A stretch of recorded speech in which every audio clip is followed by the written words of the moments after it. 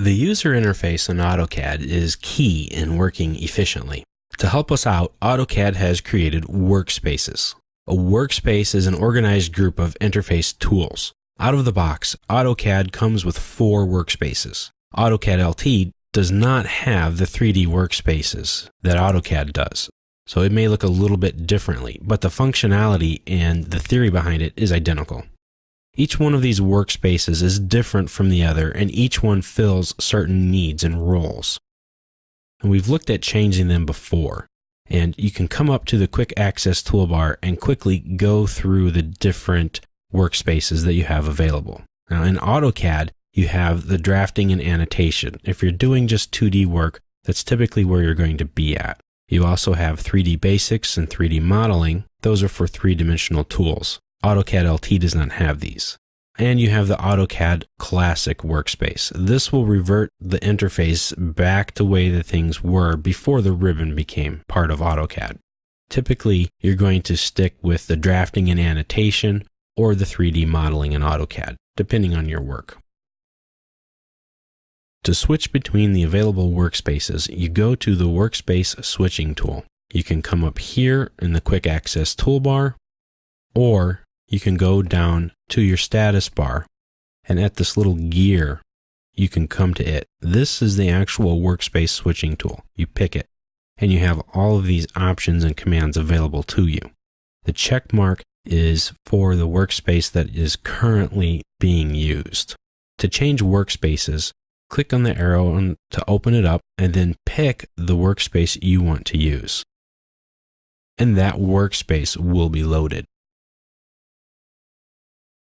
Your ribbon will change, your tabs will change, your palettes will change, your toolbars, etc. Switching between workspaces is very easy to do. Find the one you want and click it. Now there are some things that you can do to manage your workspaces. Because AutoCAD is extremely customizable, you don't have to use what you're given. So you can make some changes. And you do that through the Workspace Setting buttons.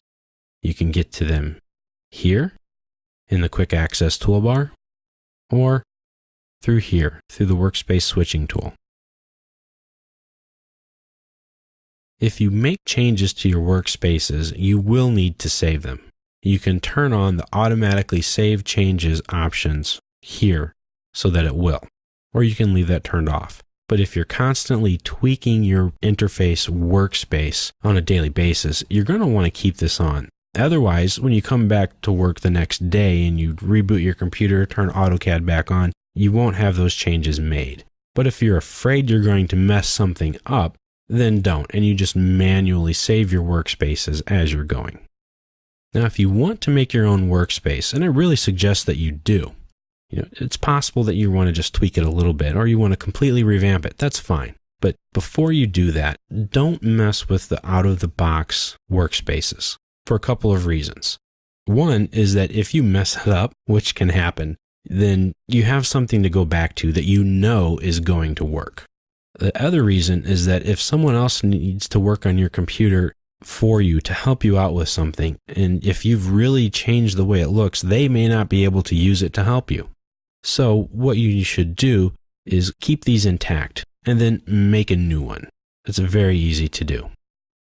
You can give it your name so that you know it's yours. You can give it a description because maybe there's a specific type of drawing that you want to make and you need specific tools. So you can do that. So to get started, pick on the Save Current As button and give it a name. I'm going to give mine just my initials and just call it 01. Not very creative, I know. But this is just an example. So I'll tell you what, we'll call it BCB, which are my initials. We'll call it Example Workspace. How's that? And I'll even spell example correctly. Now I click Save.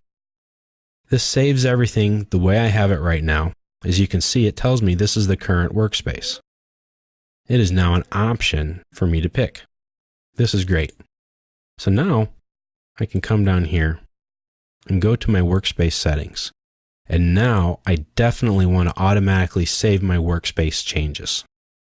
This is the one I'm going to use the most because it's my own personal settings. I'm going to select it, highlight it, and move it up. Now it will always appear at the top. I can add a separator as well. That way I know that these are all of the default ones. Pick OK. And I'll show you how it's going to look. When I come up here, here's mine, and here are the default ones. I know not to leave these alone, and I can use this separator to help me visually organize my available workspaces.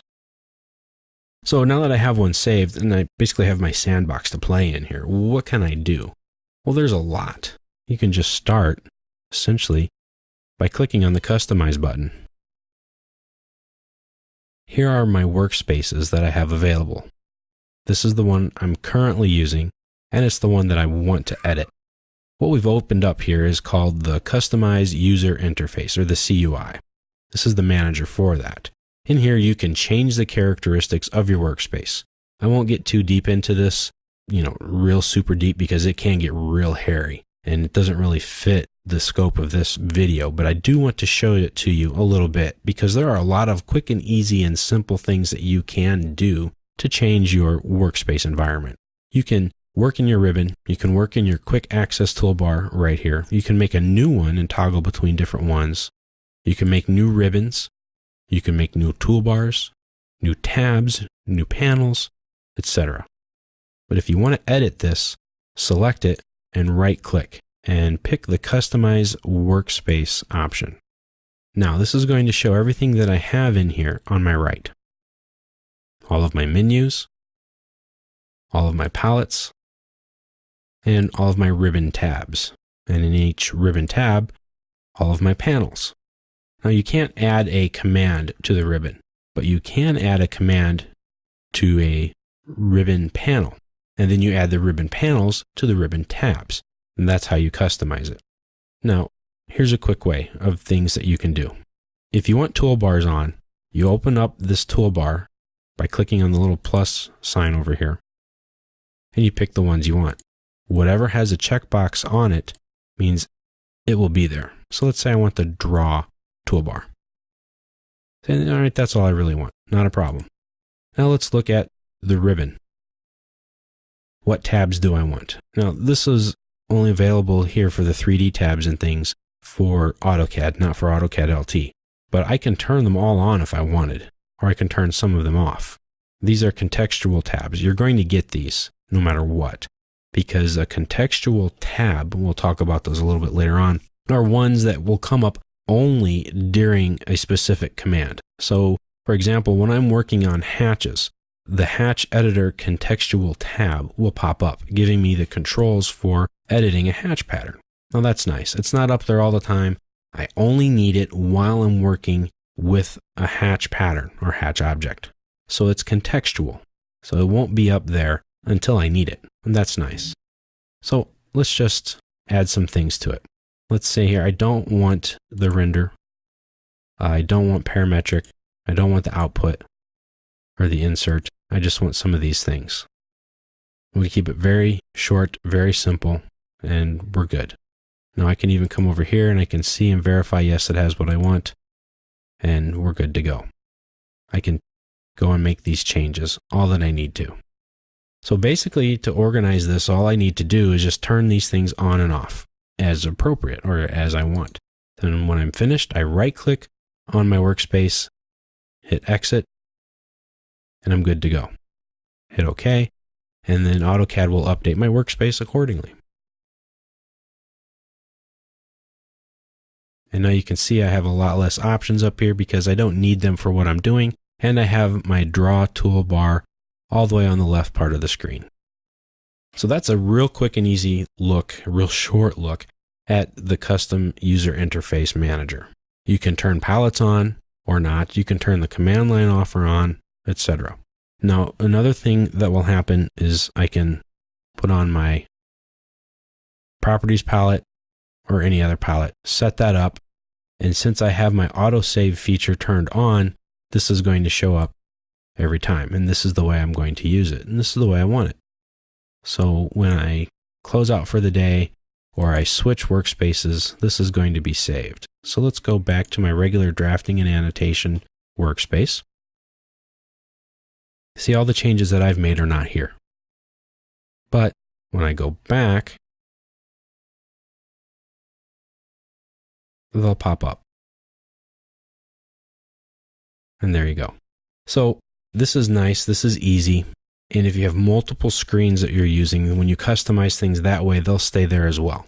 So this is good. And this is a nice way to get the exact tools you need. So maybe you want to just have a ribbon that has nothing to do with anything except for dimensioning your detail work. You can do that. You can set up a workspace for that. You can call it dimensioning workspace, etc. So you make that change, boom, you have the tools that you want, similar to maybe something on the Annotate tab, and you can work the way you want with the tools that you need.